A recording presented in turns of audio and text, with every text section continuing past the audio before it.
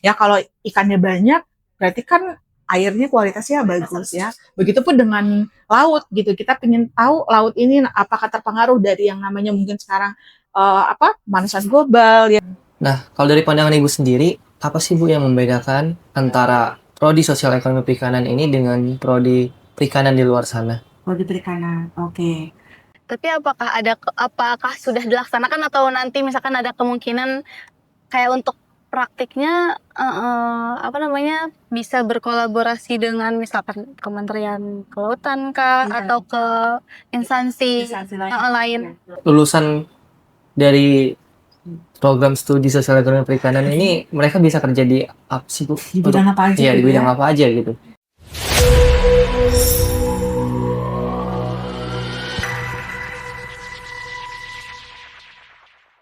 Assalamualaikum warahmatullahi wabarakatuh. Halo Sobat Citizen semua, selamat datang kembali di Prodi Talk episode kedua, podcast yang jadi ruang santai tapi penuh insight seputar program studi dunia perkuliahan dan masa depan. Nah, di Prodi Talk ini kita bukan cuma bahas teori aja, tapi juga kita membahas realita di lapangan, peluang kerja, dan juga bagaimana Prodi itu bisa membentuk masa depan kamu bersama saya, Salma Radinda. Dan saya Hadi Firmansyah. Nah, di episode kali ini kita akan membahas salah satu program studi yang ada di UTM Jakarta, yaitu Prodi Sosial Ekonomi dan Perikanan. Karena sebelumnya kita udah membahas Prodi Hukum dan Bisnis gitu, jadi sekarang kita membahas Prodi yang lain. Nah, untuk episode kali ini, kita akan membahas salah satu prodi yang ada di UTM Jakarta, yaitu Prodi Sosial Ekonomi Perikanan. Karena sebelumnya kita udah membahas Prodi Hukum dan Bisnis. Nah, hari ini kita akan membawakan tema tentang ngobrol kelautan, bahas masa depan. Karena tema ini tuh relevan banget buat kita semua, karena yang seperti kita dan teman-teman tahu semua, Indonesia itu terkenal dengan negara maritim. Dan masih banyak yang belum tahu, benar-benar paham gitu, potensi kelautan dan perikanan itu tuh seperti apa. Nah, betul banget apa yang disampaikan oleh Kak Salma tadi, di mana di sini kita nggak sendiri teman-teman, kita akan bahas ini lebih dalam dengan kedatangan narasumbernya sangat-sangat luar biasa dan kompeten pastinya. Beliau adalah Kepala Prodi Sosial Ekonomi Perikanan dan boleh diperkenalkan Ibu. Halo, Assalamualaikum warahmatullahi wabarakatuh. Ya, terima kasih sebelumnya Ibu udah meluangkan waktu untuk datang ke Prodi Talk ini. Gimana kabarnya Ibu? Alhamdulillah sehat, baik, luar biasa. Perjalanan lancar ke sini. Alhamdulillah baik. Tadi ngejar jam berapa tadi? Janji sama-sama jam 3 ya.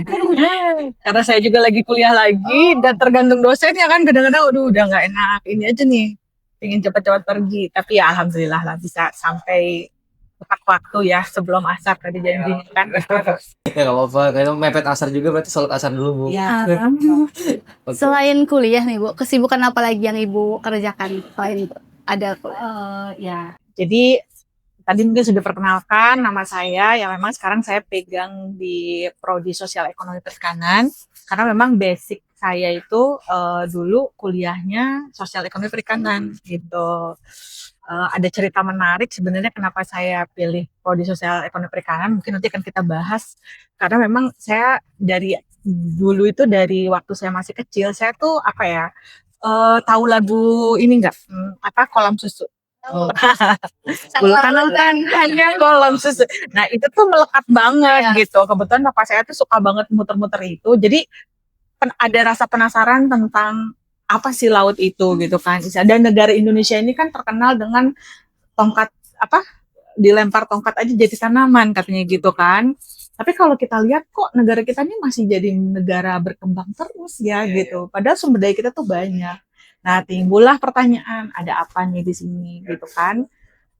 Jadi ya di situ mungkin latar belakang saya di situ. Sekarang setelah lulus kuliah, tadi kan ditanya kesibukannya ya sebelum jadi dosen saya memang berkecimpung di dunia konsultan manajemen dari beberapa kementerian yang memang concern di masalah perikanan dan kelautan gitu. Tidak hanya membahas sumber dayanya, kita juga banyak membahas tentang masyarakatnya.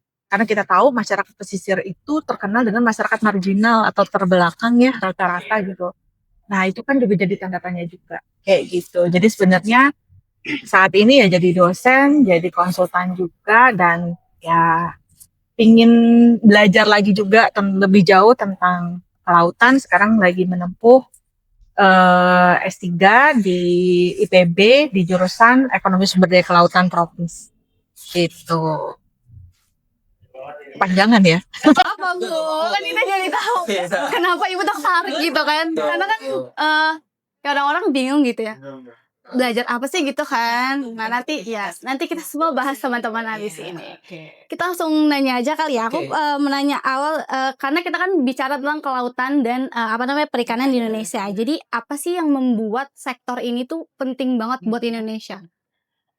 Yang pertama dari perikanan dulu kali ya, karena ini kan dua hal yang berbeda sebenarnya ya. Jadi tapi memang saling bersangkutan karena laut itu menjadi salah satu ruang hidup bagi perikanan ya. Pertama tentang perikanan. Perikanan ini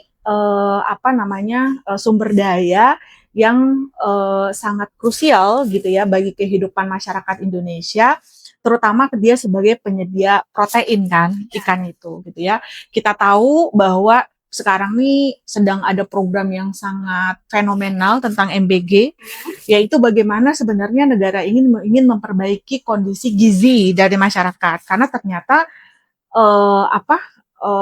dinilai bahwa kondisi gizi masyarakat kita itu masih rendah, sehingga ketika dewasa gitu ya, masyarakat kita ini jadi kurang bisa bersaing katanya gitu ya.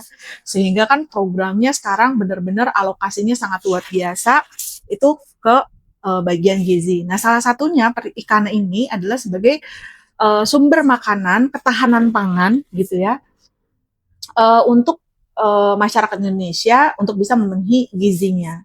Itu yang pertama. Yang keduanya juga kalau kita lihat itu harganya itu lebih murah dibandingkan dengan sumber protein yang lainnya. Ya, kenapa? Nah, ini menyangkut ke tadi ruang hidupnya. Ruang hidup dari ikan ini kan air ya. Nah, kalau kita lihat gitu ya, nggak hanya di Indonesia tapi di dunia juga gitu ya, luasan air dengan dengan daratan itu lebih luas mana? Luas air gitu. Jadi sebenarnya ruang hidup untuk si ikan ini lebih banyak, sehingga sebenarnya potensinya itu dibandingkan dengan mungkin kita dapat sumber protein dari hewani gitu ya. Hewan kan di darat, masih berbagi ruang hidup sama kita kan gitu ya. Jadi sebenarnya potensinya sangat besar kalau dari perikanan. Nah, tadi salah satunya perikanan juga menjadi salah satu tolak ukur bagaimana suatu perairan itu sehat atau tidak. Ya, kalau ikannya banyak, berarti kan airnya kualitasnya bagus ya. Begitupun dengan laut gitu. Kita ingin tahu laut ini apakah terpengaruh dari yang namanya mungkin sekarang pemanasan global ya, isu-isu iklim gitu ya. Kita bisa lihat dari makhluk hidup yang ada di dalam kolom laut tersebut, yaitu ikan. Jadi kalau dari sisi perikanan mungkin itu, kalau di sisi kelautan ya tidak kita elakkan lagi ya. Sebenarnya ini potensi yang jauh lebih besar daripada ikan itu sendiri. Kenapa? Karena laut itu selain dia sebagai ruang hidup atau ruang ekologis, tapi dia juga menyimpan potensi sumber daya lain yang besar. Kita tahu bahwa di dasar laut itu ada juga pertambangannya ya. Jadi bidang kelautan ini kalau boleh saya bilang ada beberapa sektor ekonomi yang bisa kita lihat. Ya memang satu perikanan ya, terus pariwisata.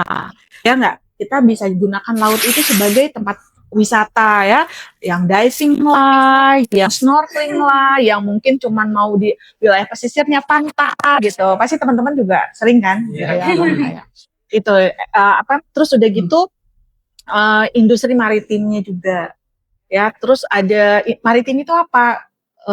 Jadi bagian dari ekonomi kelautan itu ada dua bagiannya. Satu, pemanfaatan sumber daya yang ada di dalamnya. Yang kedua, pemanfaatan ruang lautnya. Jadi kayak misalnya kalau sekarang yang banyak itu industri logistik misalnya. Kan itu lewat laut ya, kapal itu. Udah berarti kan itu juga potensi ekonomi di sana. Kayak gitu. Jadi sebenarnya kalau kita bicara tentang kelautan, itu banyak itu industri pertambangan, ada juga tentang kepelabuhanan gitu ya. Karena kalau nggak ada bangunan laut gitu ya, atau jasa kelautan, kan kalau nggak ada pelabuhan misalnya, mau ikan banyak sebanyak apapun tapi tidak ada tempat, kan pelabuhan tuh kayak pusat ekonominya gitu ya. Nah, jadi sebenarnya potensinya tuh sangat besar, sehingga sisi krusialnya itu adalah bahwa negara kita ini bisa memanfaatkan potensi tadi untuk pertumbuhan perekonomiannya. Ujung-ujungnya adalah kesejahteraan masyarakat sebagaimana amanah Undang-Undang Dasar ya 33 pasal 33 bahwa laut, air dan segala sumber daya itu dikuasai negara untuk dipergunakan sebesar-besarnya bagi kesejahteraan masyarakat. Ya seharusnya sih negara kita bisa menjadi negara dalam tanda kutip maritim ya. Mungkin nanti itu kita bahas selanjutnya deh.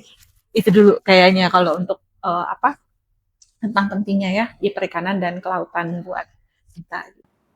Oke Bu, sebelumnya saya ingin bertanya juga Bu, kan kalau misalkan masyarakat pesisir itu yang dekat laut pastinya kebanyakan mereka nelayan ya, menangkap ikan dan ya pastinya banyak banget yang menjadi nelayan gitu. Kalau misalkan nelayan itu menangkap ikan dalam jumlah besar, apakah kira-kira potensi ikan ini bakal berkurang atau justru ikan itu sendiri dia bakal lebih menghasilkan banyak kayak anak atau apa gitu Bu? Oh iya. Iya. Oke. Nah, ini uniknya di kenapa di pengelolaan laut dan juga khususnya sumber daya perikanan itu unik. Nggak beda dengan sumber daya lainnya yang ada di daratan ya. Karena apa? Yang pertama, ikan itu sebagai sumber daya yang sifatnya tuh renewable. Renewable itu bisa pulih. Jadi kalau diambil tuh dia bisa ada lagi gitu istilahnya ya. Kalau minyak tadi misalnya di minyak di bawah laut kan nggak bisa ketika diambil ya udah cadangannya habis ya udah habis gitu ya. Nah, jadi sifat dari ikan ini utamanya yang berada di perairan umum dia renewable ya.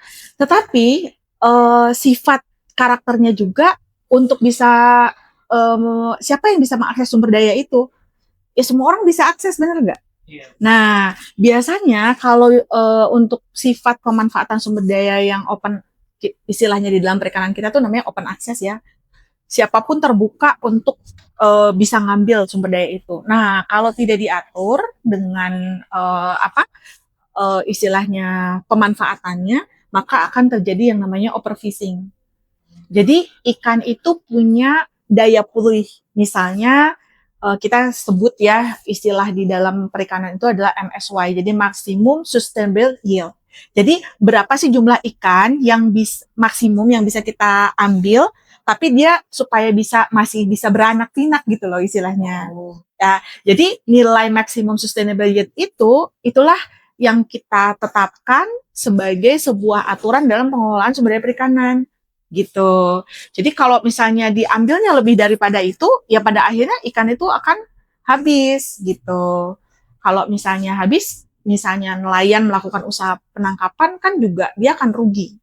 Dia keluar bensin dan lain sebagainya untuk misalnya melaut ngambil ikan tapi ikannya nggak ada kayak gitu. Jadi memang tadi kan pertanyaannya ketika ikan itu diambil apakah dia akan habis atau dia akan beranak lagi? Dia akan bisa beranak lagi istilahnya gitu, akan bisa tetap terjaga sehingga salah satu potensi sumber daya perikanan ini juga bisa dinikmati oleh generasi sekarang dan generasi yang akan datang karena sifatnya dia yang renewable tadi. Tapi memang kita harus melakukan kehati-hatian dalam pengelolaannya gitu. Jangan sampai nanti pemanfaatannya itu secara berlebihan sehingga pada akhirnya stoknya jadi habis gitu ya istilahnya overfishing lah kalau bahasa ininya ya bahasa sosial ekonomi perikanan bahasa orang perikanan lah istilahnya ya.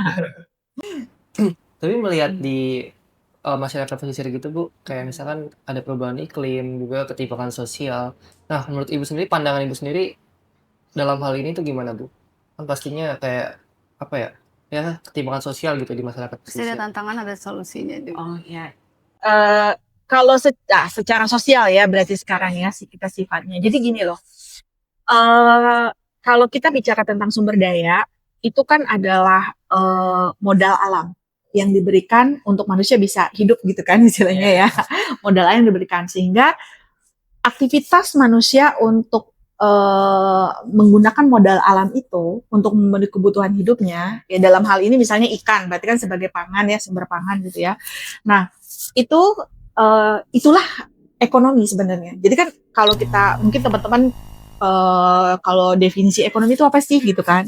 Ekonomi itu adalah aktivitas di mana manusia menggunakan sumber daya yang sifatnya terbatas untuk bisa memenuhi kebutuhannya yang tidak terbatas. Iya nggak? Iya kan? Kalau ekonomi itu. Nah, dalam konteks ini yang kita sumber dayanya itu adalah ikan tadi. Gitu. Jadi bagaimana kan ikan sebanyak-banyaknya dia di laut, dia masih sifatnya adalah terbatas gitu loh. Kenapa? Karena manusia itu sifatnya kan nggak pernah puas gitu ya ikannya.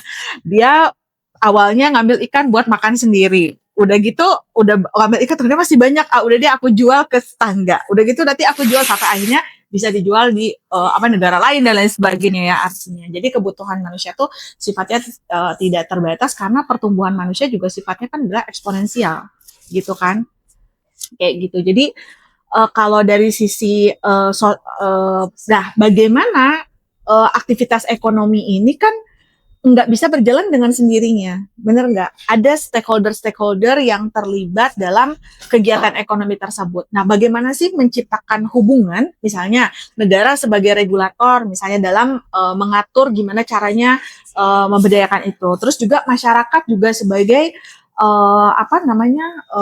pengguna ya daripada sumber dayanya. Lalu juga masyarakat nanti sebagai yang menjadi rantai distribusi daripada sumber daya itu sendiri atau yang mengekstraksi sendiri. Nah, hubungan antar manusia di dalam aktivitas ekonomi itulah yang kita kategorikan sebagai sosial.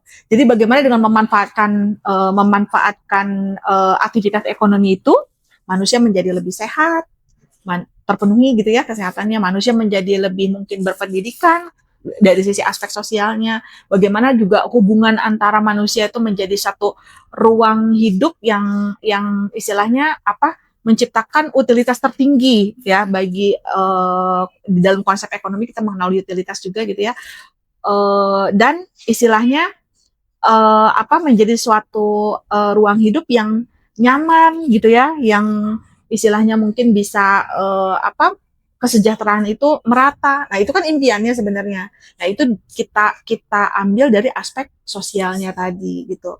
Memang masyarakat pesisir sendiri seperti tadi yang kita bilang punya karakteristik sosial sendiri yang justru disitulah hal yang perlu kita pelajari sebenarnya. Gitu. Jadi potensi dari sisi sosialnya tuh mungkin ya itu. Tapi kalau misalkan kita mengabaikan itu semua, dampak terbesar yang kita ini tuh apa Bu? Dampak terbesarnya?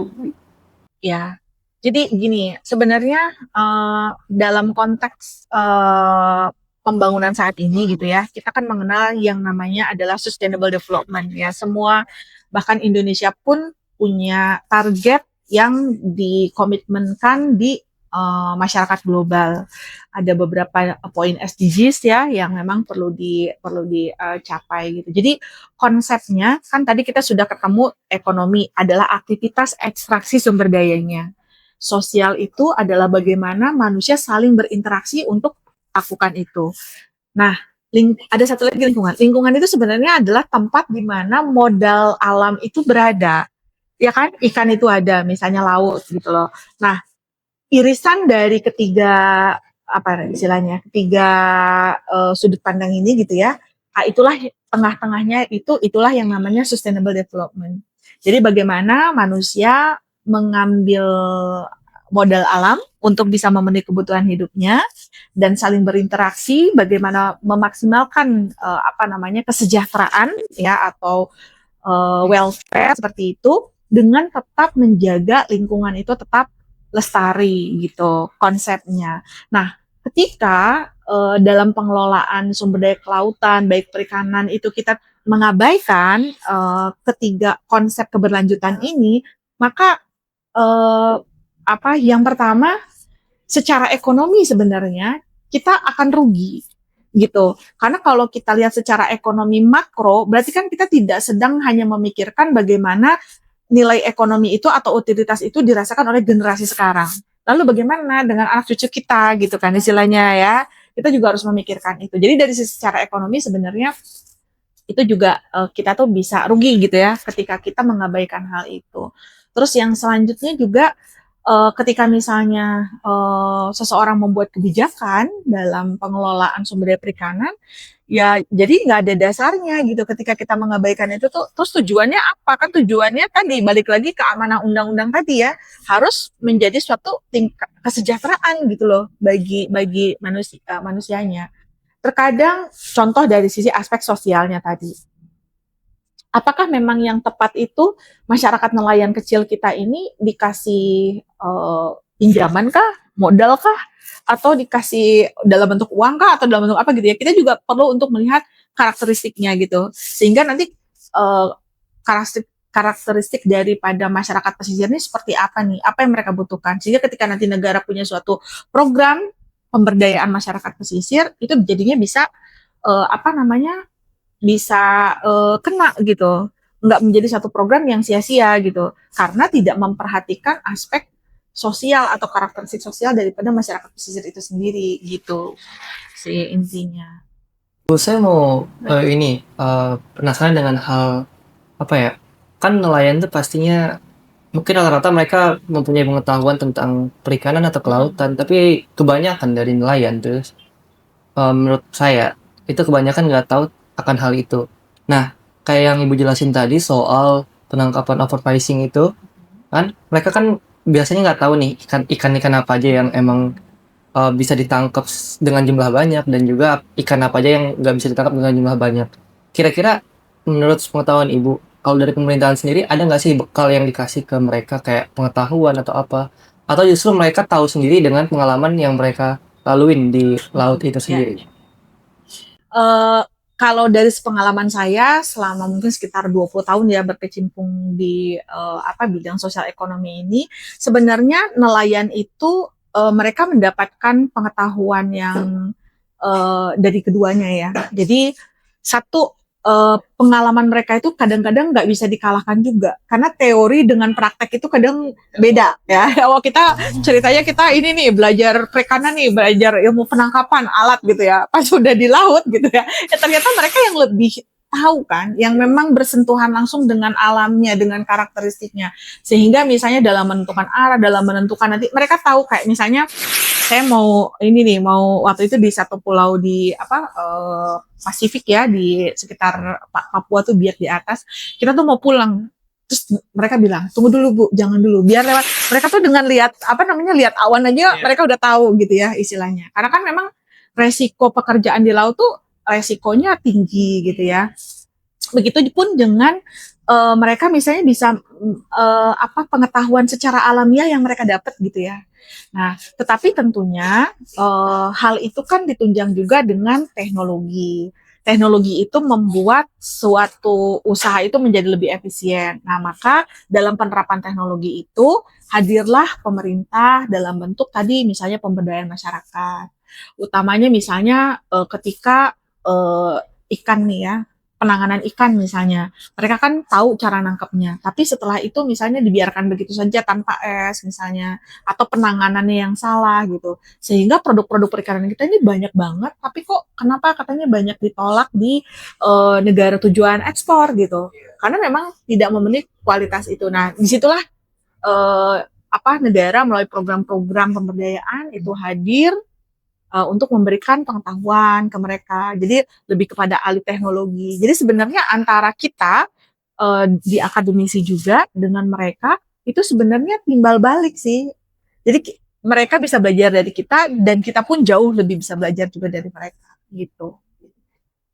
Berarti secara langsung juga ikan-ikan yang dari sisi perikanan ini kita bisa menjalin kerjasama sama negara luar ya Bu, lewat ekspor ini ya? Ya, jadi kan ikannya komoditasnya, gitu ya. Sebenarnya gini sih, terkait tadi kan bagaimana nih nelayan itu. Jadi nelayan itu kalau di kita ini di Indonesia kan ada dua ya, ada nelayan industri, ada nelayan nelayan kecil lah istilahnya ya, yang dibilang. Jadi nelayan kecil itu yang tadi mungkin diterjemahkan oleh Hadi ya, oleh Hadi sebagai nelayan yang mungkin di pesisir, yang mungkin kapalnya juga kecil, yang mereka itu sebenarnya nelayan subsisten istilahnya kita ya, artinya nelayan yang memang menangkap ikan untuk kebutuhan dia saja gitu loh, baik untuk diminum, dimakan sendiri ataupun dijual ke pasar, tapi ya untuk kebutuhannya sendiri juga bisa ditukar dengan beras gitu ya, apa segala macam. Jadi nelayan yang memang ya untuk nyambung hidup sehari-hari lah gitu ya istilahnya. Nah itulah yang kita sebut sebagai marginal fishing ya, artinya masyarakat nelayan kecil lah istilahnya. Nah sebenarnya kalau kita lihat yang miskin itu ya memang masyarakat nelayan kecil ini, yang rata-rata memang mereka karena ruang hidupnya berada di lautan sehingga mereka menggantungkan kehidupnya lewat alam itu kan, mengambil. Tapi kalau yang namanya nelayan industri gitu ya, mungkin pernah teman-teman lihat di misalnya negara Jepang, negara-negara maju ya istilahnya, dan di Indonesia pun itu mereka tuh orang kaya semua gitu. Gimana satu ikan tuna itu bisa seharga mobil istilahnya, mungkin pernah lihat di YouTube juga ya, karena banyak banget gitu ya. Misalnya kita dapat satu ikan tuna besar aja itu udah, kan kita nggak bayar ikannya ya. Tapi memang kita keluarin tadi ya biaya untuk menangkapnya dan sebagainya gitu ya. Itu sebenarnya kalau dari sisi industri itu besar, dan potensinya pasarnya itu atau demand-nya itu bukan hanya dari dalam negeri, khususnya Indonesia itu nilai ekspornya tuh sangat besar ya keluar ya untuk komoditas-komoditas utama seperti tuna, misalnya lobster, kepiting gitu ya, terus cumi-cumi gitu.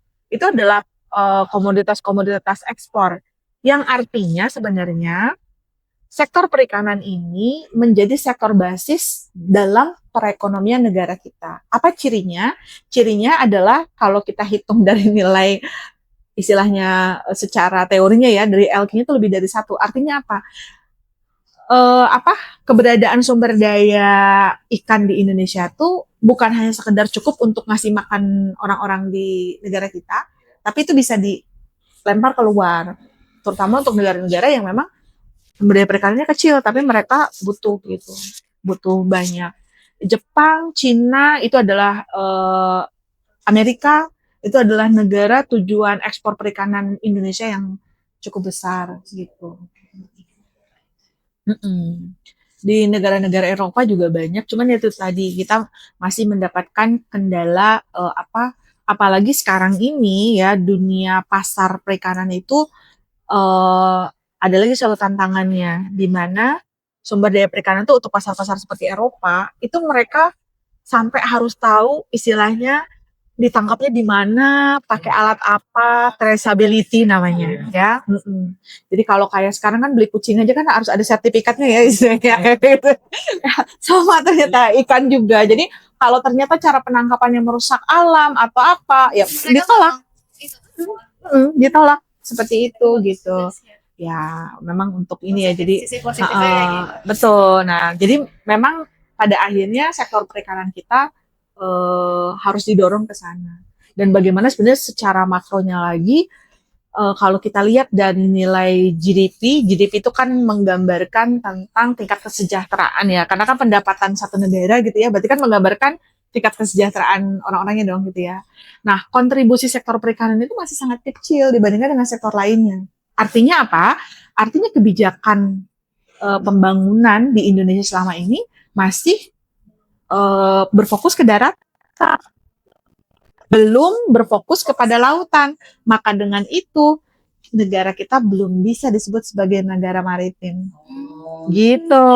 Jadi negara maritim itu bukan negara yang punya laut gitu loh, tetapi negara maritim adalah negara yang bisa membangun perekonomiannya itu ya dari laut gitu. Kayak gitu. Ya, apalagi katanya negara Indonesia pingin jadi poros maritim. Kalau poros maritim memberdayakan sumber daya dari laut, dan dia pun bisa menguasai teknologi yang tentang bagaimana menguasai laut, dan dia bisa berkontribusi terhadap global. Nah, itulah dia jadi poros maritim gitu. Sebenarnya Indonesia punya potensi untuk menjadi negara maritim, tapi ternyata faktanya memang pembangunannya selama ini gitu ya belum. Tapi dengan konsep sekarang pemerintah mengedepankan ada target 8% pertumbuhan ekonomi kan dari pemerintah Prabowo ini, salah satunya ditargetkan kepada ekonomi kelautan atau yang mereka sebut biasanya adalah ekonomi biru gitu. Sekarang kan bagaimana semuanya dimanfaatkan gitu ya. Karena sifat-sifat dari ekonomi perikanan itu barang-barang juga ada yang sifatnya bisa diukur, ada yang nggak bisa diukur. Kayak misalnya mangrove nih gitu ya. Mangrove itu kalau dari sisi tegakan pohonnya dia bisa berfungsi sebagai kayu bakar misalnya, bisa diukur. Tapi sebenarnya mangrove juga punya nilai jasa ekosistem kan. Dia tuh sebagai penahan gelombang gitu. Nah, sebenarnya jadi kalau kita mengkonversi mangrove itu misalnya menjadi lahan tambak gitu ya, mungkin memang nilai secara finansial dari usaha tambak itu lebih besar dibandingkan keberadaan mangrove. Tapi kalau kita lihat dari nilai total ekonomi mangrove-nya, dia sebagai tempat wisata, itu kan belum kita hitung tuh pendapatannya berapa tuh dari situ. Dia sebagai tempat spawning ground, berkembang biaknya benih-benih lobster, ikan, itu juga belum kita ini. Lalu ada juga dia sebagai penahan abrasi misalnya. Di konversinya lewat apa? Ya kalau misalnya negara mau bikin tanggul itu kan mahal banget tuh istilahnya. Yang mau dibangun tuh di sepanjang Great Wall gitu lah istilahnya ya. Yang giant wall intinya istilahnya. Itu kan berapa nilai investasinya. Nah, sementara itu bisa tercover dengan mangrove. Nah, harusnya jadinya fungsi mangrove ini atau nilai ekonomi mangrove itu bisa dikonversi melalui kalau mau bangun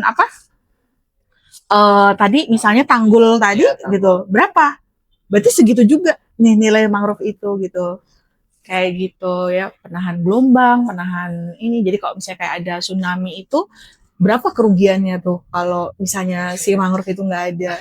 Jadi sebenarnya memang ekonomi kelautan atau perikanan kelautan yang khususnya itu banyak yang belum dinilai gitu. Jadi nilainya seolah-olah kecil, padahal sebenarnya kalau kita nilai ekonominya kita hitung dari yang tangible dan intangible ya, yang bisa terukur, ada harga pasarnya dengan tidak ada harga pasarnya, itu nilainya besar banget sebenarnya. Gitu.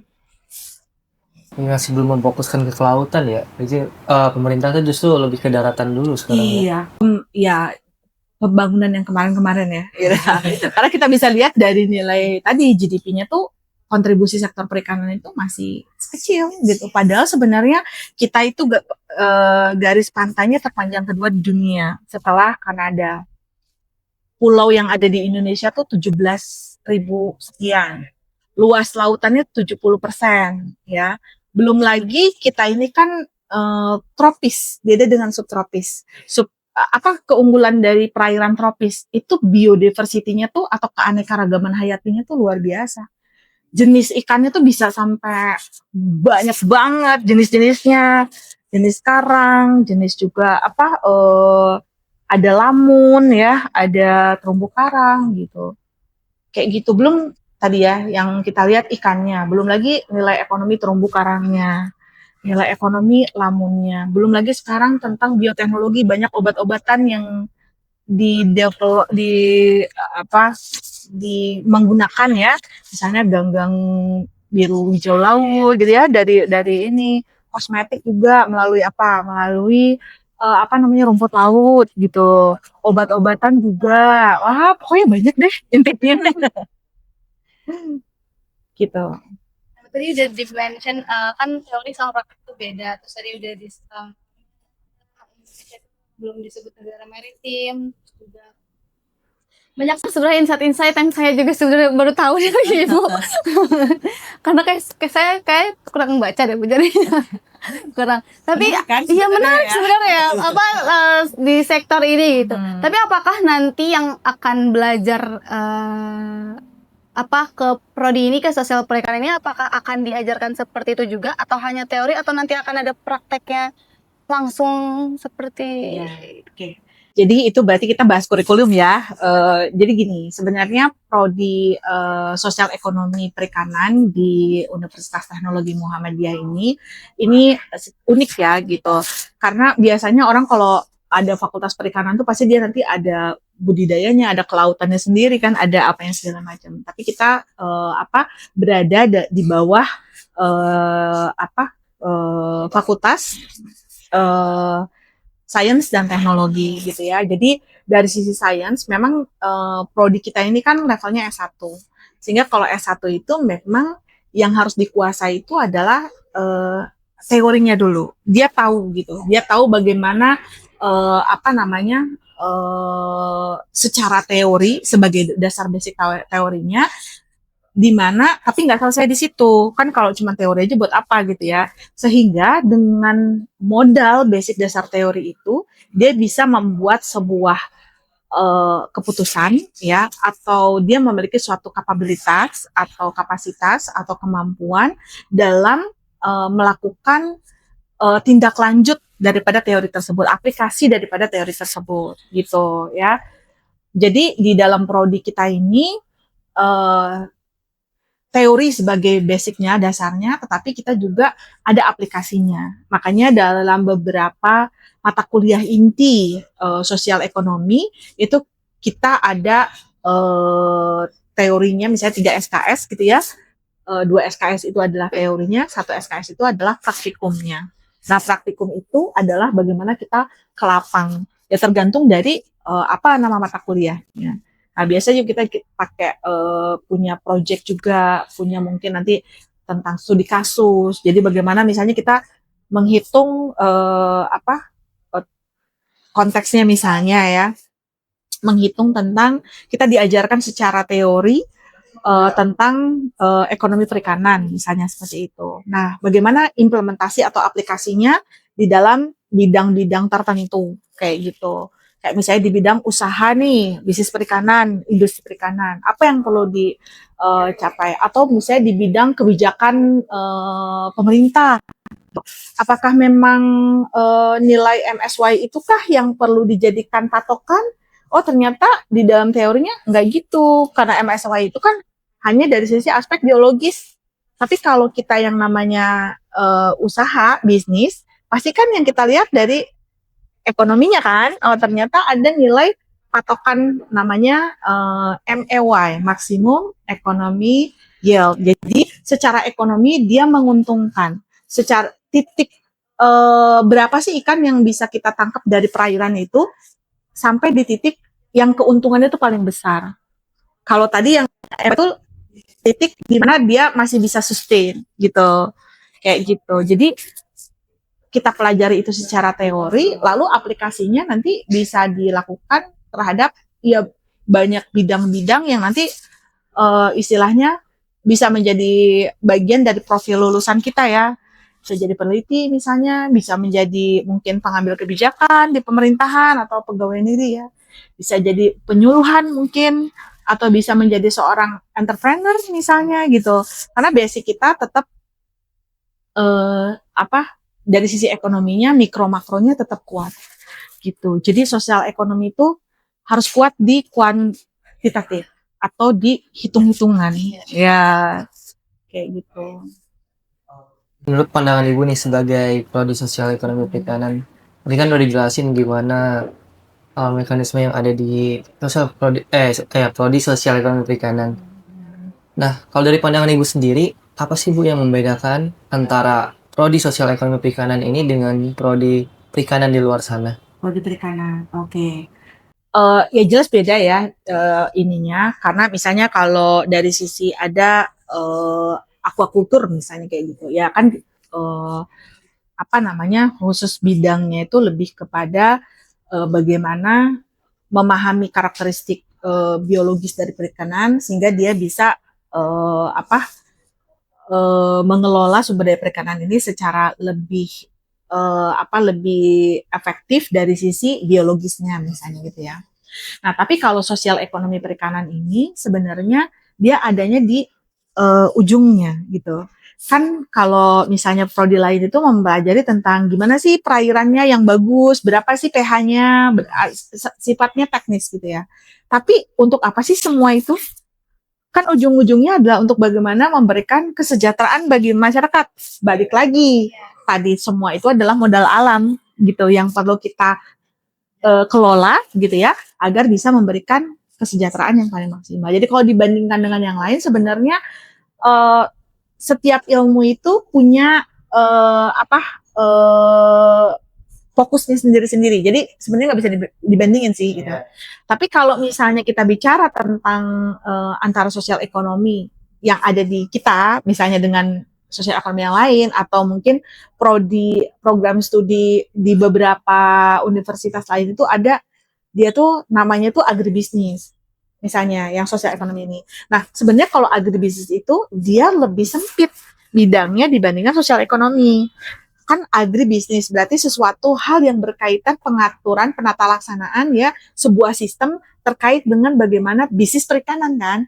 Nah, kadang sosial ekonomi itu diidentikan dengan itu. Maka orang menganggapnya sosial ekonomi ngapain? Oh, jualan ikan gitu ya. Atau misalnya ya kan, tangkap ikan, ngebudidayain ikan, terus apa lah pokoknya yang kayaknya nggak banget deh gue istilahnya gitu ya. Ya, walaupun sebenarnya tadi ya kalau kita dikelola secara bisnis yang beneran tuh ikan ini sangat menjanjikan gitu ya. Ada orang yang kaya hanya dengan ikan apa cupang gitu loh ya. Ya, istilahnya. Ya banyak lah potensinya seperti itu. Jadi, nah kalau agribisnis itu ya merupakan bagian daripada sosial ekonomi perikanan. Dia di bagian khususnya adalah di bagian apanya? Di bagian ekonominya kan. Dia bicara tentang hulu dan hilir. Dari mana misalnya apa proses faktor produksinya, bagaimana proses produksinya, bagaimana proses pengolahan setelah produksi, bagaimana juga pemasarannya sampai ke tangan konsumen. Tapi kalau sosial ekonomi ya lebih luas tadi sebenarnya yang kita bahas itu. Jadi enggak tadi yang sudah saya sampaikan tadi tuh tentang lautnya, tentang kebijakannya, tentang kelembagaannya. Karena banyak sekali di dalam pengelolaan perikanan ini justru kelembagaan adat ya atau istilahnya kearifan lokal itu menjadi satu sistem tata kelola yang menopang aspek keberlanjutan sumber daya itu sendiri gitu loh. Jadi kalau misalnya ada orang industri dan pemerintah misalnya saya memberikan izin kan, wah pokoknya gimana caranya itu ikan ditangkap semua gitu. Nah mereka punya komitmen sendiri. Kenapa? Karena mereka yang tinggal di situ gitu loh. Kalau orang perikanan industri kan mungkin dia tinggalnya di Jakarta ya atau di mana gitu di luar, tapi dia ngambil di situ, dia nggak peduli apa yang ada di situ. Tapi kalau masyarakat sekitar itu kan itu ruang hidupnya mereka. Mereka pasti akan jaga gitu. Ada hal-hal yang ya kalau ini ada sasi misalnya kalau di itu ya ada di Bali ada subak, ada larangan-larangan tertentu. Misalnya di hari ini nggak boleh ngambil ikan dulu. Jadi kesannya tuh kayak ada keramat-keramatnya pada sebenarnya bukan. Itu kearifan lokal untuk menjaga sumber daya itu sendiri sebenarnya. Salah satu bentuk pengelolaan. Nah itu di sosial ekonomi itu kita pelajari. Gitu. Jadi lebih luas lah intinya gitu. Tapi apakah sudah dilaksanakan atau nanti misalkan ada kemungkinan kayak untuk praktiknya bisa berkolaborasi dengan misalkan Kementerian Kelautan kah atau ke instansi lain? Ya, itu sudah kita lakukan ya. Jadi kayak misalnya ada mata kuliahnya Pak Suhana tuh tentang penangkapan ikan. Nah, itu kita bekerja sama dengan pelabuhan di Zam-Zaman. Jadi anak-anak kita itu mahasiswa kita bawa ke pelabuhan untuk melihat apa aja aktivitas yang dilakukan oleh nelayan, persiapannya apa, kayak gitu kan istilahnya. Mereka juga mengenal yang namanya pursen alat tangkap tuh kayak mana sih gitu, nggak cuma di buku ngelihat doang gitu ya istilahnya. Mereka tahu, bahkan beberapa teman-teman mahasiswa kita juga ikut melaut juga gitu ya, untuk bisa mengenal karakteristik daripada sumber daya ikannya kayak gitu ya. Terus udah gitu dari sisi misalnya sosialnya kita ada mata kuliah yang namanya sosiologi perikanan itu diampu sama Bu Dr. Peggy. Nah itu juga kita dibawa ke masyarakat. Bagaimana sih sebenarnya kita melakukan perumusan kebijakan yang mengakomodir istilahnya bottom up ya, mengakomodir pendapat-pendapat dari masyarakat. Karena walau bagaimanapun kan sebenarnya tujuan kita itu adalah masyarakat kan gitu. Jadi kebijakan itu kita coba gali, bagaimana cara kita komunikasi dengan mereka, bagaimana cara kita memetakan stakeholder. Oh, kalau sama stakeholder ini cara gaya ngomong komunikasinya seperti ini, cara ngomong. Nah, itu dituangkan dalam bentuk apa? Dalam bentuk tools-tools yang akan kita gunakan dalam riset atau kegiatan kita. Kayak misalnya teks wawancaranya, gitu ya. Ya kalau misalnya kita ngomong sama nelayan tapi pakai bahasa akademis kan enggak ngerti juga gitu. Iya, jadi itu praktek-praktek itu kita lakukan juga gitu. Kayak mengukur valuasi tadi gitu ya, datang ke hutan mangrove, dilihat tuh, coba lihat mangrove itu bisa jadi nilai ekonomi apa aja yang ada di dalam ekosistem itu. Ya kita memang diajak untuk melihat. Ya berarti secara nggak langsung mahasiswanya juga membangun soft skill mereka ya kan tadi juga secara nggak langsung diajarin cara berkomunikasi bukan hanya Betul, leadership juga gitu kan, karena kita salah satu memang capaian profil dari lulusannya adalah ya harus menjadi entrepreneur. Kenapa? Karena mereka tahu suatu aset alam sumber daya yang bisa mereka gunakan sebagai faktor produksi ya dalam proses perekonomian, ya seharusnya bisa ini ya gitu. Banyak banget peluangnya, kayak misalnya proses pemasaran. Kenapa sih dalam jalur ada mata kuliah namanya tata niaga gitu ya. Kita belajar tentang saluran-saluran tata niaga. Yang paling bagus itu tata niaga itu adalah ketika ada nilainya farmer share. Bagian dari petani itu harusnya paling besar. Tapi faktanya kenyataannya selisih antara harga di tingkat petani dengan harga di nelayan gitu ya, dengan harga di pasar itu jauh beda gitu loh. Berarti kan yang untung tuh yang paling banyak untungnya bukan nelayan, padahal dia yang udah mengorbankan mungkin resikonya nyawa apa segala macam ya. Ternyata dari apa? Dari jalur distribusinya gitu. Nah, apa tuh masalahnya? Karena ternyata informasinya yang mereka tidak bisa akses. Nah, dengan di zaman digital ini itu bisa kita kembangkan dan itu juga kita ajarkan di mahasiswa kita karena kita kan ada teknologinya ya. Jadi bagaimana kita membangun e-bisnis istilahnya ya, perikanan menggunakan mungkin aplikasi, bagaimana caranya menyambungkan antara produsen dan konsumen, artinya nelayan dengan konsumen dari ikan kayak gitu. Itu juga kita pelajari juga di produksi. Tadi udah jelasin banyak sama Ibu mengenai apa aja yang dipelajarin anak-anak dari sosial ekonomi perikanan. Nah, pastinya mereka kan dari semester 1 atau sampai 8 itu udah mempelajari banyak hal. Nah, kira-kira Bu, lulusan dari program studi sosial ekonomi perikanan ini mereka bisa kerja di apa sih Bu? Di bidang apa aja? Iya, di gitu bidang ya. apa aja gitu. Itu tadi profil lulusannya ya.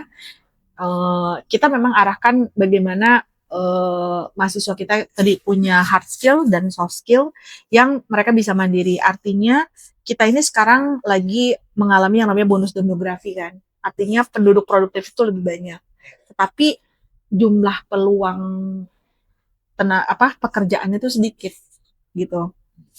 Nah, sehingga kita harapkan teman-teman yang kuliah di prodi sostek ini juga punya kemampuan nanti untuk mengembangkan atau mindset ya untuk menjadi seorang entrepreneurship gitu ya, entrepreneur lah gitu.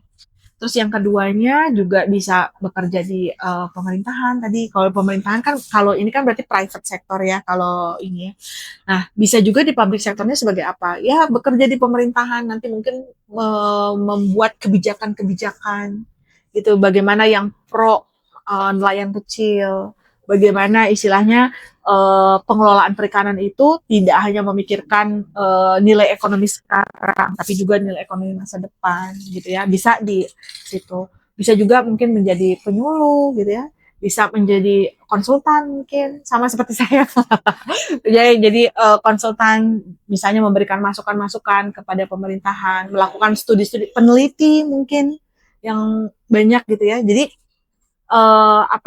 sehingga proses pembangunan perikanan dan kelautan di Indonesia tuh memiliki sebuah data yang menjadi basis gitu loh. Bukan hanya sekedar dikembangkan karena intuisi seseorang gitu atau pemimpin gitu ya, tapi memang ada basis data yang menjadi apa namanya ya, ukuran atau menjadi dasar dari dilakukannya suatu kebijakan. Nah itu kan kerjasama gitu antara peneliti itu bisa memang ada lembaga riset sendiri seperti BRIN misalnya ya, atau lembaga-lembaga riset lainnya, ataupun di kita akademisi itu kan salah satunya Tridharma itu adalah adanya penelitian gitu ya. Itu juga bisa, berarti bisa jadi dosen juga gitu. Bisa jadi ini. Nah, cuman memang dulu waktu saya sekolah di Sostek IPB, jadi ternyata banyak banget teman-teman saya tuh yang masuk ke bank, yang masuk ke sektor-sektor yang memang bukan perikanan. Kenapa? Karena basic dari ekonomi kita kuat. Jadi kita bisa paham, kita tinggal kan cuma tinggal ganti aja sumber dayanya. Ikan, nah itu apa? Kalau di perbankan berarti uang kan sumbernya gitu mengelola. Tapi istilahnya konsep-konsep di mikroekonominya bagaimana mengoptimalisasikan keuntungan, bagaimana kita mendapatkan bicara tentang utilitas dengan apa segala macam itu memang kita pelajari di semester 1 tuh. Basic ilmunya tuh adalah mikroekonomi, makroekonomi yang lebih ke agregatnya gitu ya. Sehingga ya insya Allah sebenarnya ketika terjun di bidang lain pun ada peluang sebenarnya karena memang konsep teorinya kuat dengan didukung dengan apa tadi soft skill, hard skill gitu ya sehingga bisa masuk gitulah ke ininya. Ya cuman harapan kami sih sebenarnya ya mereka bisa konsen di bidang perikanan ya karena tadi perikanan itu sesuatu yang besar potensinya tapi belum digarap secara optimal. Harus ada orang-orang generasi-generasi muda dari kayak teman-teman ini ya, yang istilahnya punya passion di situ gitu, ingin mengembangkan, ingin apa namanya tertarik gitu loh dengan negara kita ya, untuk mendorong visi Indonesia menjadi negara maritim tadi gitu. Kan butuh sumber daya manusia yang handal ya istilahnya, yang memang concern di situ. Gitu sih. Tadi dibahas banyak banget gitu ya. Nah ini untuk ini nih Bu, mau menuju akhir nih. Buat calon mahasiswa yang apa namanya masih bingung buat masuk ke jurusan ini, pesan Ibu apa sih gitu? Ya gini, mungkin sebenarnya saya yakin ya banyak teman-teman di luaran sana yang sebenarnya mengetahui tentang potensi ini. Tapi mungkin mereka masih bingungnya itu karena tadi kurangnya informasi gitu ya. Nah, sekarang ini kan informasi sangat mudah kita dapatkan gitu ya. Jadi teman-teman bisa searching, bisa istilahnya di internet atau di GPT ya atau itu tanya apa namanya tentang apa yang sebenarnya teman-teman ragukan gitu loh untuk bisa terlibat di bidang ini. Tapi yang jelas dari yang kita obrolkan dari tadi, pertama pembukaan sampai awal itu, kita semua tahu bahwa Indonesia adalah negara yang memiliki potensi sumber daya di bidang kelautan dan perikanan yang cukup besar, dan itu belum diolah secara optimal, dan membutuhkan sumber daya manusia yang capable untuk bisa melakukan itu di berbagai bidang tadi. Itu adalah faktanya. Nah sekarang apakah teman-teman tertarik dengan peluang itu, tapi mungkin ada yang membuat teman-teman ragu, teman-teman bisa datang ke sini, ke UTM ya, untuk bertanya mungkin lebih lanjut tentang apa sih sebenarnya. Saya pun sangat terbuka untuk bisa berdiskusi, atau sebenarnya juga bisa dicari dari tadi ya, belum lagi kita bicara tentang gelombang energi pembangkit listrik dari gelombang laut, dan wah pokoknya banyak banget deh sebenarnya. Tinggal nanti kita minatnya nanti kemana. Itu buat teman-teman apa namanya Utizen di rumah tuh jangan ragu karena prodi ini sangat menarik gitu. Jadi boleh cari tahu dulu kalau misalkan informasi yang hari ini kita bahas menurut teman-teman agak kurang nih, masih ragu, boleh cari dulu di platform lain gitu supaya meyakinkan teman-teman untuk bisa bergabung ke prodi sosial ekonomi perikanan. Kita tunggu. Kita tunggu, jangan lupa daftar ya teman. Jangan lupa daftar melalui link di bawah ini.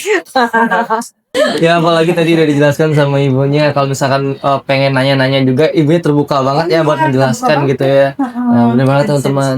Pastinya di bidang kelautan atau perikanan ini itu sangat berdampak untuk kedepannya gitu, untuk kita-kita juga kan, untuk masyarakat Indonesia gitu. Apalagi yang terutama yang di pesisir. Nah, di mana di sini kita butuh sumber daya manusia yang kompatibel, Bu ya. Nah, makanya untuk teman-teman kalau berminat banget ini boleh banget nih masuk ke prodi sosial ekonomi perikanan. Oke teman-teman semua, terakhir terima kasih banyak buat Ibu Sandra sudah meluangkan waktunya jauh-jauh habis kuliah langsung ke sini terus bagi wawasannya sama kita semua. Semoga nanti banyak yang tertarik ya dengan prodi sosial perikanan. Ajaran tahun ini ya berarti ya. Iya, kita ini udah angkatan ketiga, keempat mungkin teman-teman ya. Mendatang. Semoga lebih banyak calon mahasiswa baru ya untuk prodi sosial perikanan. Nah, amin. Buat teman-teman netizen semuanya, semoga obrolan kita hari ini tuh membuka wawasan kita semua, membuka perspektif baru bahwa sektor di perikanan dan kelautan ini tuh sangat penting bagi masa depan Indonesia gitu. Dan buat kalian tadi yang sudah dibilang, buat kalian yang tertarik untuk mengembangkan potensi kelautan dan dari sisi ekonomi dan sosialnya, semoga episode itu bisa menjadi gambaran bahwa program studi sosial ekonomi perikanan ini adalah salah satu pilihan studi yang yang terbaik gitu buat sobat Utizen. Iya, yang menarik buat kalian semua gitu. Terus jangan lupa untuk follow semua sosial media UTM Jakarta, dari mulai Instagramnya, TikToknya, Twitter, Facebook, dan juga jangan lupa untuk subscribe YouTube UTM Jakarta dan share ke teman-teman semua. Dan juga jangan lupa untuk terus ikuti Prodi Talk ini karena kita akan membahas karena prodi iya banyak prodi UTM Jakarta yang belum kita bahas gitu. Jadi tunggu aja pembahasan prodi selanjutnya. Jadi sampai jumpa di Prodi Talk berikutnya. Wassalamualaikum warahmatullahi wabarakatuh. Bye-bye. Bye.